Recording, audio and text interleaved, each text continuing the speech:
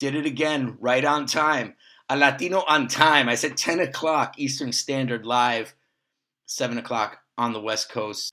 And here I am, Julio, Ricardo, Varela, Latino Rebels Radio. Already have a thumbs up already on the Facebook Live. Guys, this is week 4. I think this is show 13, 14. I've lost count. Really appreciate the early love. Like I said, I'm trying to do something a little bit different during the time of Corona. Have a little fun.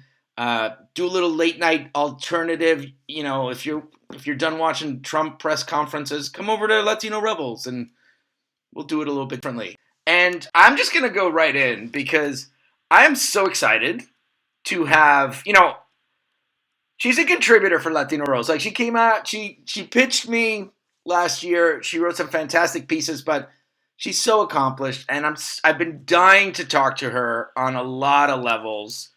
And I'm going to let her, I'm going to introduce her. Here she is in LA. Julissa Arce, how are you? Hi, how do I how are you? describe you? Author, leader, badass? Like, how do you want to describe yourself? I like all those words, but when people ask me to introduce myself, I usually just say that I'm an author and an immigrant rights activist. I love it. And you're just and also a contributor to several places. Yeah, one of them, the Times, BuzzFeed, and Latino Rebels. You wrote some. I mean, we're still getting comments about your El Chicano piece, which I love. Oh, thank you. To the point that the movie studio still said, I was like, guys, it's over. The movies are going to do well. Relax. I wanted to support it, I know you did. I did too. Because I was like, I want to watch a Chicano superhero film. And I was so excited to go. And then once I was sitting in that theater, I was like, what is happening? That's how you reached out to me. You're like, I have to write this. And I love the fact that you did, because you're a joy to edit. You're a joy to publish. I just love the fact that we're creating, and I watch you from afar, admire all your work, your writing. But I wanted to check in with you before we talk about what we want to talk about, social justice, what you think about the immigrant rights and everything.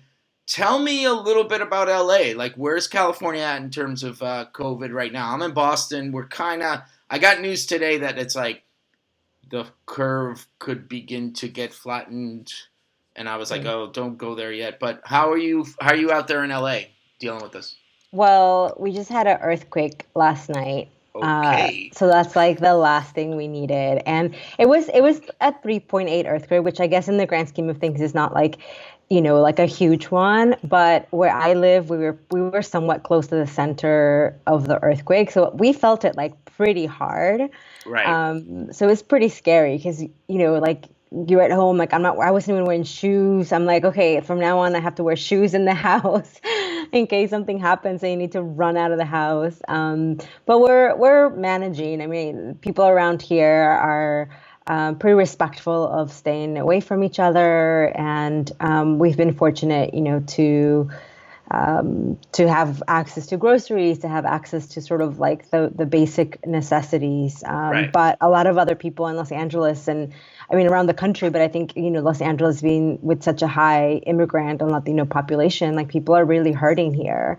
I was really glad to see that Los Angeles is stepping up, California is stepping up to help undocumented immigrants who aren't eligible for relief at the federal level. So those are things that I really love about living in LA and living in California. I moved here 5 years ago from New York, which in New York, they're doing something similar. So I feel like I've been very lucky in the places I've lived around the country.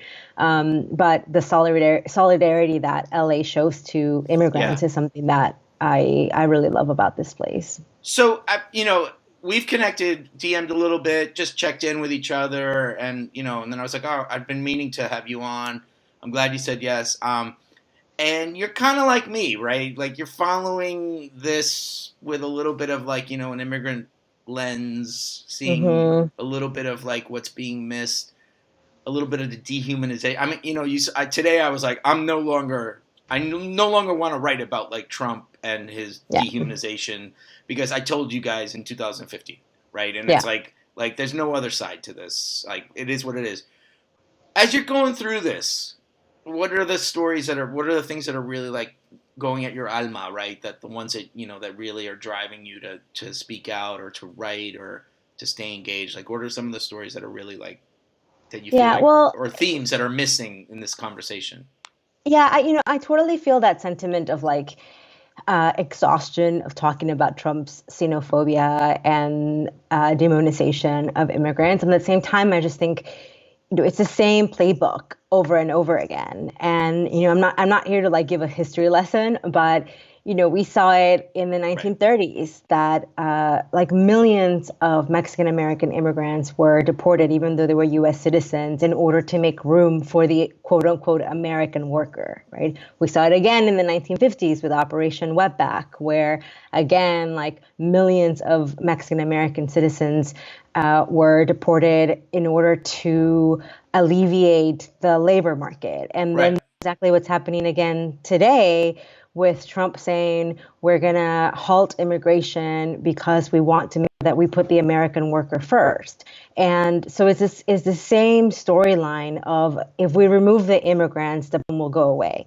But like as we know, that is not the solution, and immigrants are not the problem, right? So if the government was actually stepping up, taking care of American workers, there Right. wouldn't be a need to halt immigration, right? Like other countries around the world are taking care of their citizens. I mean, just in Canada, they're giving $2,000 a month to people.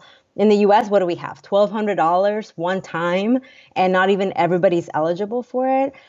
So yeah, those are the things that I've sort of kept my eye on. Is just sort of this demonization of immigrants, the same playbook.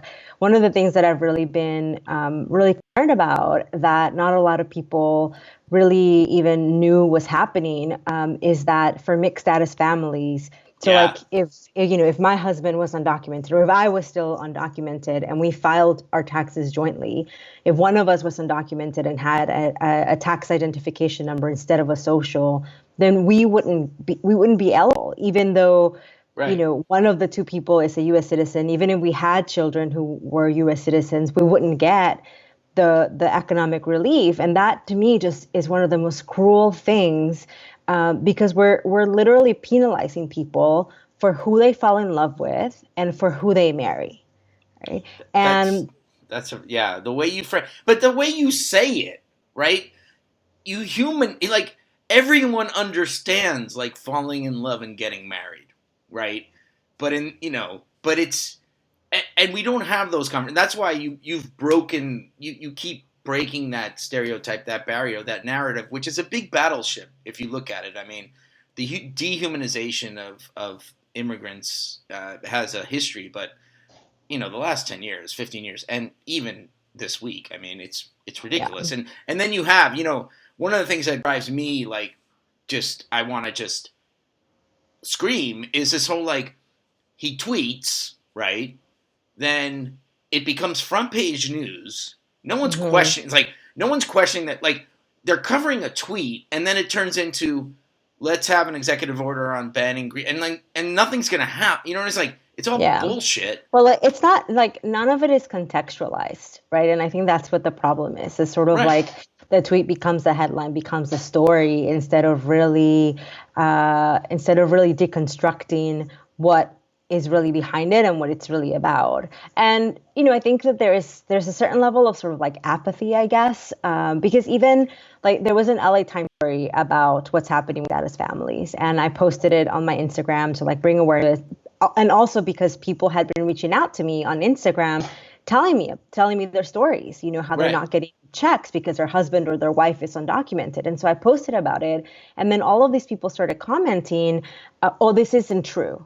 I know people who have gotten checks. And I'm like, Exactly. okay, but then also can you look at the 20 other comments in my post of people who are sharing their terrible, heart-wrenching stories? Like Right. this is happening. It's happening to real people, and we can't like turn a blind eye to it. Like it's really unconscionable to me, and I don't even know how you justify it because like undocumented immigrants are not eligible for federal financial aid, right? And there's a lot of arguments being made as to why. I mean, I think that those arguments are bogus because undocumented people pay taxes, undocumented people contribute to the economy, they contribute to the culture, we contribute to like every part of this country. But then when you take a look at like mixed status family, like how do you even justify that? You know, how do you justify that? Right. Because you used to marry someone undocumented, you don't get, like, your country doesn't view you anymore as right. Like, you're just like you become part of the dehumanized group, and that's the point. And I think the problem in this narrative is that you don't have people thinking contextually, right? So he's created this environment. It goes out, and then you start questioning it. It's like, oh, green cards. Oh, wait a minute. You know, oh, they're not working, or they're getting that, and it becomes like the moment his tweet becomes the narrative and it becomes justified. And I feel like it goes against all the work that people like you do, who like say like, yo, this is my story. I'm a real person. This is my life. I wrote a book about it. And you keep, I admire people like you because you just keep being like, let's just keep jabbing. Let's just keep jabbing.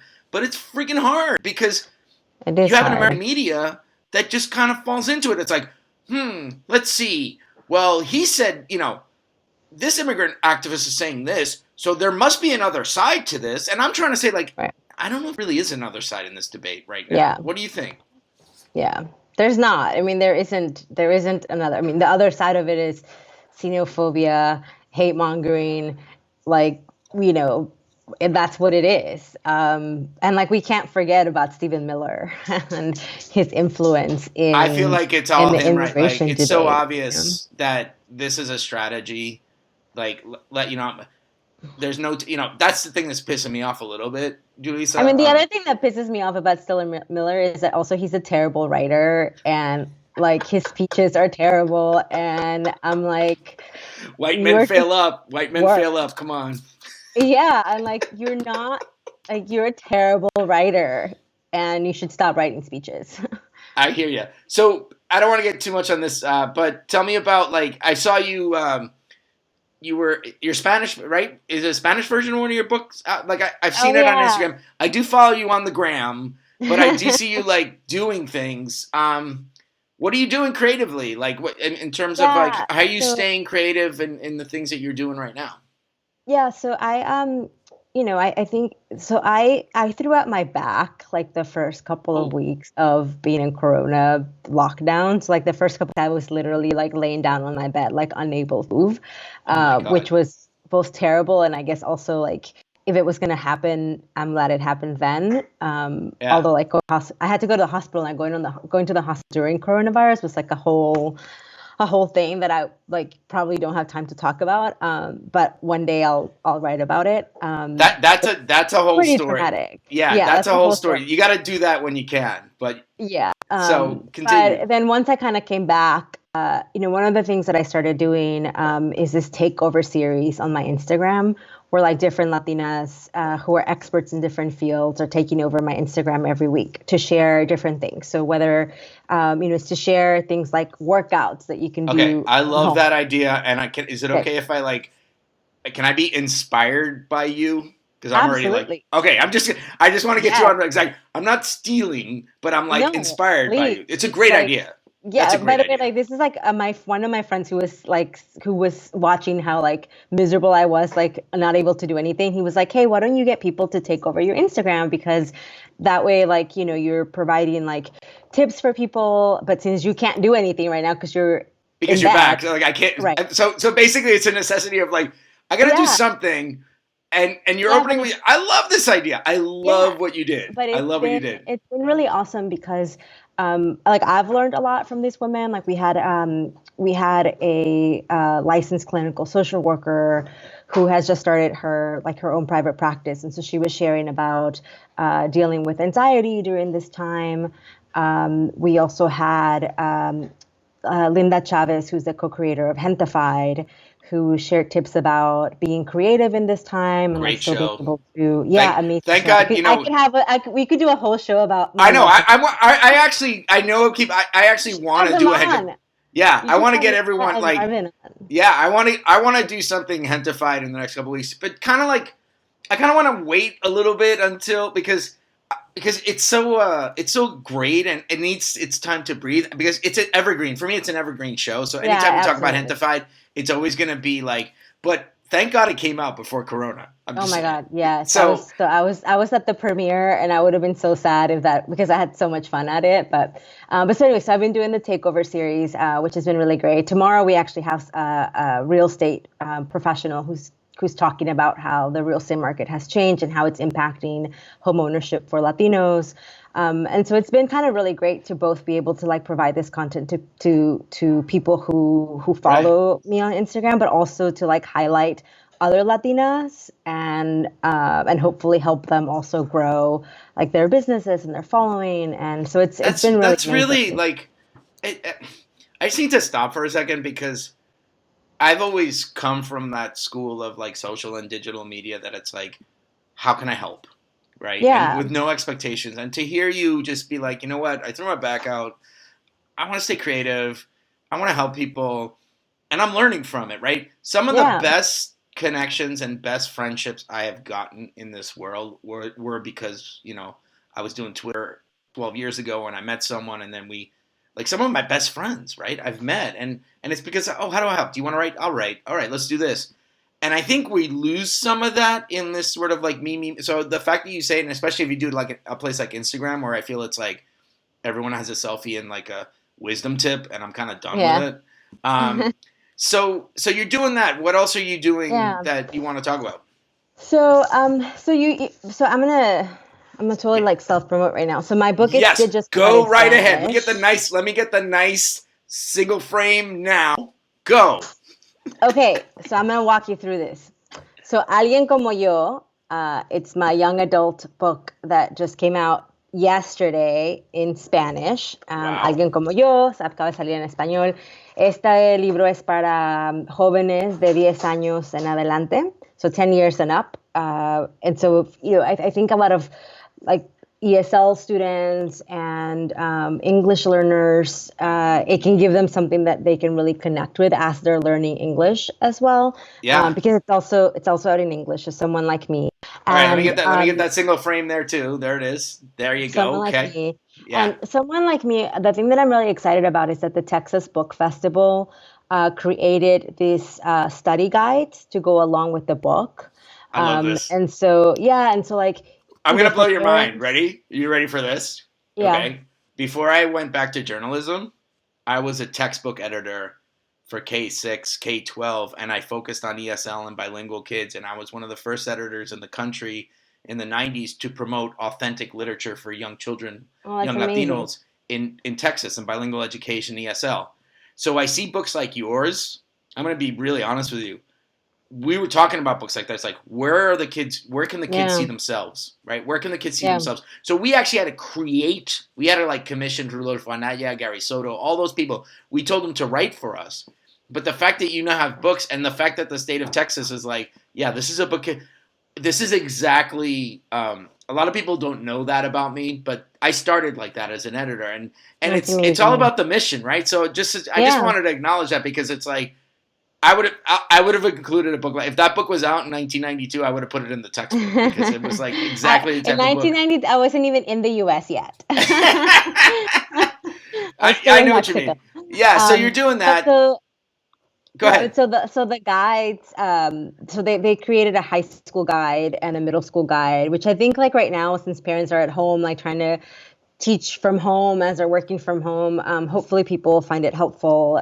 They're posted on my website, and they're like free to download the study guides. Awesome. And then, of course, like this is my first book, My American Dream, and next week I'm doing a reading with Diane Guerrero, who's a Orange is the New Black actor, Wow. and she also has a book about her own Yeah, she had, yeah, immigration and story. both of you, yeah, like you have, yeah, that's great. And you doing that virtually? Where are you doing that? Yeah, so we're doing it. I mean, I guess it hasn't been announced yet, but we're doing it with we all grow Latina. I guess so. Oh, You cool. heard it here first. Yeah, I'm excited. Diane's a good Well, friend, and yeah. we're just thinking about Tag we do. tag So we're gonna Latino do a Rebels. baking. Like, make sure you tag us, and we'll share it. Definitely, we'll Yeah, definitely share it. yeah. Thank you. Um, So yeah, uh, I'm just trying to keep writing. I've been working on some stuff, and so I'm just trying to write every day and um, just try stay to busy. stay connected with people, and Are you but finding also, it? I think Yeah, are you finding it hard? Like, my last question is like, are you finding it hard to stay creative in this, or are you feeling like? Because for me, I had this wall where I was like, oh, and then I kind of was like, wait a minute, I'm not getting up at 6:30 right now because my son he's not going to school, and I don't have to make sure he gets out of bed so I'm like, that's good. So I'm kind of sleeping yeah, in and kind of being like, oh, I can start my day. I'm a little the privilege of yeah. the work that I do. I'm crazy busy, but I don't feel like go go go go go. And I'm just wondering, is it for you? Are you being more creative, or you're still trying to figure it out, or are you like a homebody? Like I work from home when I'm not traveling, so to me, No, I like love being around people, and this has been really difficult for me because I I am love the definitely answer. an No. extrovert where like I get energy from being around people. Yeah. So this has been hard. But I, I am giving myself the opportunity to like listen to my body, like do what I can each day. Like not, I mean, Yeah. I do have a goal. Like every day, I want to write like 500 to 1,000 words, like every Damn. day. Right? To That's like, pretty good. That's a good goal. I'm trying to like just write every day and like read. I've been reading so much. I have like a stack of books that I've been reading. I'm trying to. Oh, so just I want to give a shout out to all my homies. This book, Okay. Latin it's a collection of poems, and as you can see, like I've already, You totally uh, nerded it out with yeah, like totally. the I'm a super studious student. But anyway, so this book just came out last week or 2 weeks ago, and I've just been like consuming it every day, like being uplifted by all the amazing Latino poets that are in this collection. So just trying to get inspired yeah. every day, reading and writing and trying to stay connected, but also like I've been cooking a lot, as I'm sure like everybody What's the best has. thing? What's You the know, best thing you like knocked out of the park in the last couple? Because I did like Puerto Rican roast pork that I'm still tasting, and I turned them into carnitas the next day. So I went Puerto Rican, then I went like, you know, L.A. street taco. yeah. What's the best thing you've cooked? Okay, so I'm gonna be honest. Like the best things that have come out of our kitchen, my husband has cooked. Oh, what a lovely wife you are. I want to make sure that's just amazing. So, In fact, what does your today, husband what's he done? well, right now he's actually making tortas de papa, and like on Tuesdays he's been making like tacos, but like the crunchy tacos where he's like cooking his own shell, and he makes pizzas on like a iron skillet. He's like the best. You are I'm one. very I mean, that's like you're like that's good. You're happy. That's yeah. good. Listen, Julissa Arce Raya, thank you so much for being on. Thank I'm really glad we connected. Keep doing what you're doing. We'll circle back. We're all, we're following what you're doing, and you're doing such amazing work, and thank you you. just are leading and I just love the way you lead. And Thank I wish you. I wish there were a lot more people that led with their heart.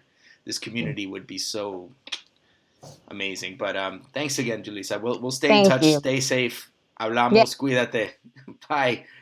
Bye. That is Julissa Arce Raya. So excited that she did it, and it was great to see so many comments. I hope we like post as many as we can. Uh, what we're doing, what we're trying to do is like Julissa was what a fantastic guest. She's amazing. I mean, I could have talked with her for a while. Tomorrow night, before I share some of the work that we did today on Latino Rebels, tomorrow night, if you're a fan of Grammy Award winning artist Ile, she's going to be on the show. I'm so excited. Ile is part of Calle 13, and then she went solo, and then she won a Grammy. And we might share some new videos from her. And so she's confirmed to be on the show.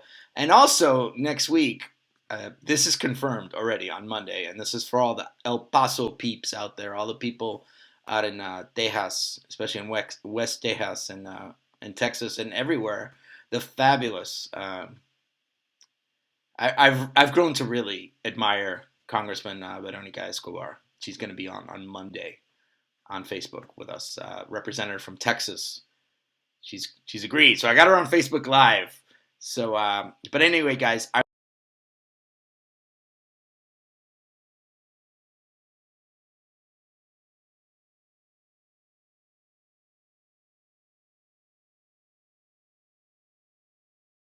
I published an opinion piece, and I rarely publish opinion pieces on Latino Rebels, but I did this piece about what's happening in Puerto Rico with the governor of Puerto Rico, a Republican governor, pro-statehood governor. She wasn't elected. A lot of complications, but try to read it, because I tried to put it in a stage of how politicians are placing politics over actual trying to save lives. And I'm not trying to knock it, but I think there's a lot here, and I try to break it down and what's going on in Puerto Rico, and I just think it's something that's important.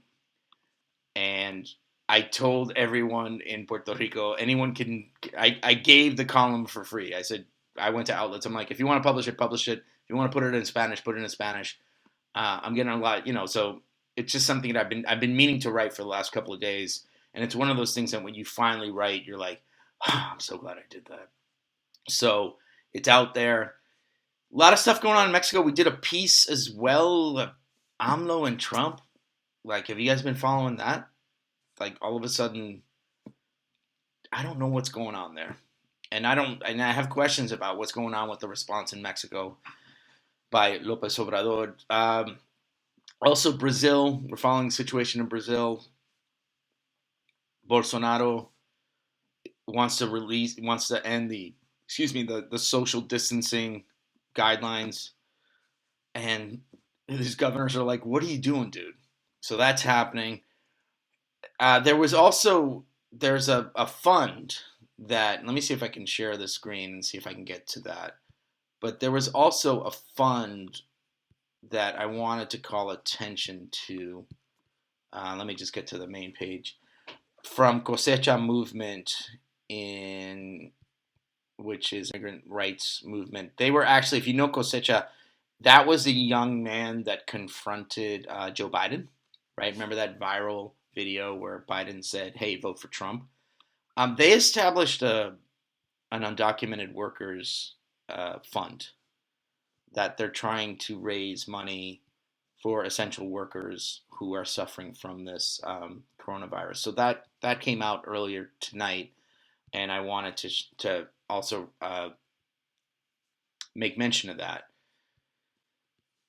But again, I want to thank Julissa for being on.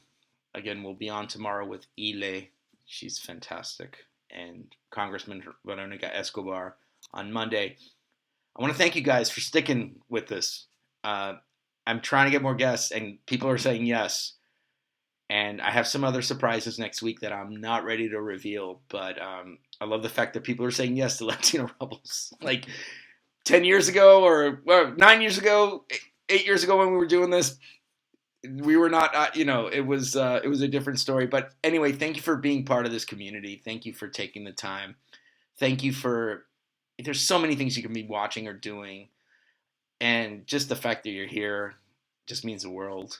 My mom was watching. My mom's watching every night. So, hey, Mom. And that's always cool. But again, I'll see you guys. I'll see you guys later. I am actually going to put a live comment from my guest who was watching this. Thank you, Julissa. And thanks again. I'll just add this one from Carlos. I'm going to put that up again. Thanks, Carlos. It has been fun. We're going to continue doing. People are asking me, why are you doing this, Julio? There's a dream. I want to create a show. I want to create a show. I want to have a late night show. I want to do something different. Marcos, what's up? Thank you. Marcos has been here almost every night. Every night this week. Every night Marcos has been here.